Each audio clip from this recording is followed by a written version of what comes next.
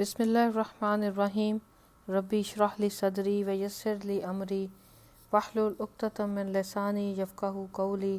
ربی زدنی علما۔ آج ہم بات کریں گے روزے دار کی فضیلت اور رمضان کی اہمیت کے بارے میں اکارڈنگ ٹو دا قرآن اور حدیث۔ Ramadan is the 9th month according to the lunar calendar, and the meaning of Ramadan is burning or scorching the heat. اللہ سبحانہ تعالیٰ نے رمضان کی فرضیت کو کچھ اس طرح سے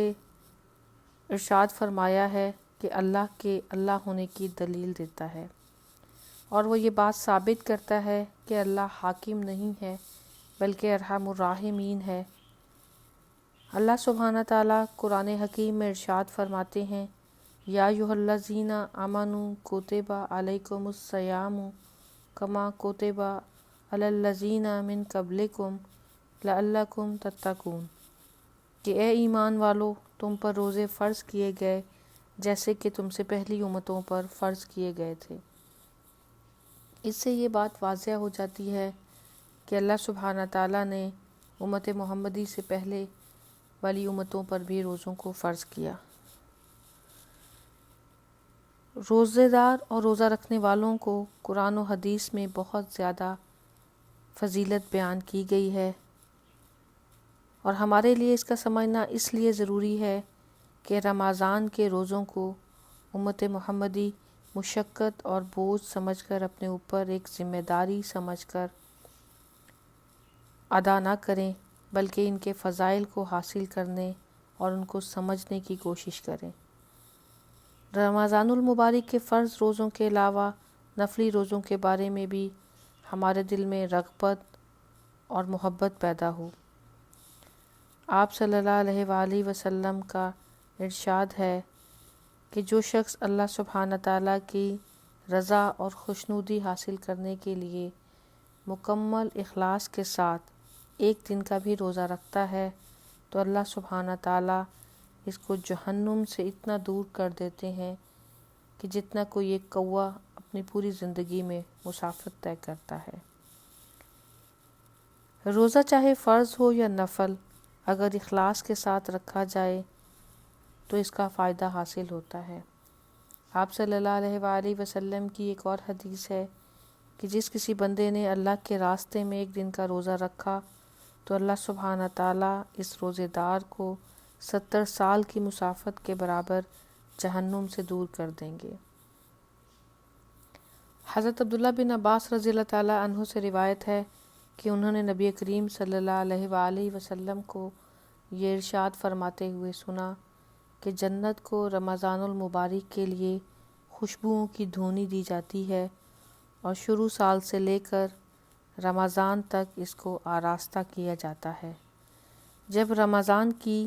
پہلی رات ہوتی ہے تو عرش کے نیچے سے ایک ہوا چلتی ہے جس کا نام مشیرہ ہے۔ اس کے جھونکوں سے جنت کے درختوں کے پتے اور دروازوں کے حلقے بجنے لگتے ہیں، اور جنت کے دروازے امت محمدی کے لیے کھول دیے جاتے ہیں، اور جہنم کے دروازے بند کر دیے جاتے ہیں، اور جبرائیل علیہ السلام کو حکم دیا جاتا ہے کہ سرکش شیاطین کو قید کر کے گلے میں توق ڈال کر دریاؤں میں پھینک دیا جائے تاکہ یہ امت محمدی صلی اللہ علیہ وآلہ وسلم کے روزوں کو خراب نہ کریں۔ نبی کریم صلی اللہ علیہ وآلہ وسلم نے یہ بھی فرمایا کہ اللہ سبحانہ تعالیٰ ایک منادی کرنے والے کو حکم دیتے ہیں کہ 3 مرتبہ یہ آواز لگائے کہ ہے کوئی مانگنے والا جس کو میں عطا کروں، ہے کوئی توبہ کرنے والا جس کی توبہ کو میں قبول کروں، ہے کوئی مغفرت چاہنے والا کہ میں اس کی مغفرت کر دوں۔ نبی کریم صلی اللہ علیہ وآلہ وسلم نے رمضان کی اہمیت واضح کرتے ہوئے فرمایا کہ اگر بندوں کو معلوم ہوتا کہ رمضان کیا ہے تو میری امت تمنا کرتی کہ کاش پورا سال رمضان ہوتا۔ آپ صلی اللہ علیہ وآلہ وسلم نے مزید فرمایا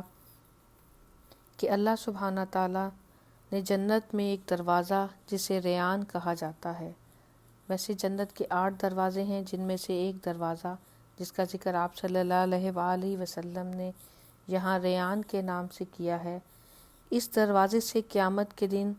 روزہ رکھنے والے ہی داخل ہوں گے، ان کے علاوہ کوئی اور داخل نہیں ہوگا۔ کہا جائے گا کہ روزہ رکھنے والے کہاں ہیں؟ پھر وہ اس دروازے سے داخل ہوں گے، اور جب روزہ رکھنے والوں میں آخری داخل ہونے والا داخل ہو جائے گا تو دروازے کو بند کر دیا جائے گا اور پھر اس دروازے کو کبھی دوبارہ نہیں کھولا جائے گا۔ حضرت ابو ہریرہ رضی اللہ تعالیٰ عنہ سے روایت ہے کہ نبی کریم صلی اللہ علیہ وآلہ وسلم نے فرمایا کہ جو شخص رمضان کا ایک بھی روزہ بلا عذر شرعی یعنی کسی سفر اور مرض کے بغیر چھوڑ دے، پھر وہ تا عمر اس کی تلافی کے لیے روزے بھی رکھتا رہے، تب بھی اس روزے کی کمی پوری نہیں ہوگی۔ حضرت ابو ہریرہ رضی اللہ تعالیٰ عنہ نے آپ صلی اللہ علیہ وآلہ وسلم کو یہ فرماتے ہوئے سنا کہ جب رمضان شروع ہوتا ہے تو آسمان کے دروازے کھول دیے جاتے ہیں اور شیاطین کو جکڑ لیا جاتا ہے، اور امت محمدی پر خاص قسم کی فضیلتوں اور رحمتوں کا نزول کیا جاتا ہے۔ آپ صلی اللہ علیہ وآلہ وسلم نے مزید فرمایا کہ اللہ سبحانہ تعالیٰ نے اس ماہ میں ایک رات ایسی رکھی ہے جو 1000 مہینوں سے بہتر ہے۔ اس مہینے کو صبر و غم خواری کا مہینہ قرار دیا گیا ہے۔ اس ماہ میں مومن کا رزق بڑھا دیا جاتا ہے۔ اس مہینے کا پہلا عشرہ اول رحمت، دوسرا عشرہ مغفرت اور تیسرا عشرہ دوزخ سے چھٹکارے کا ذریعہ ہے۔ اللہ سبحانہ تعالیٰ قرآن حکیم میں سورہ بقرہ آیت نمبر 185 میں ارشاد فرماتے ہیں کہ رمضان وہ مہینہ ہے جس میں قرآن نازل کیا گیا، جو انسان کے لیے ہدایت ہے اور ایسی واضح تعلیمات پر مشتمل ہے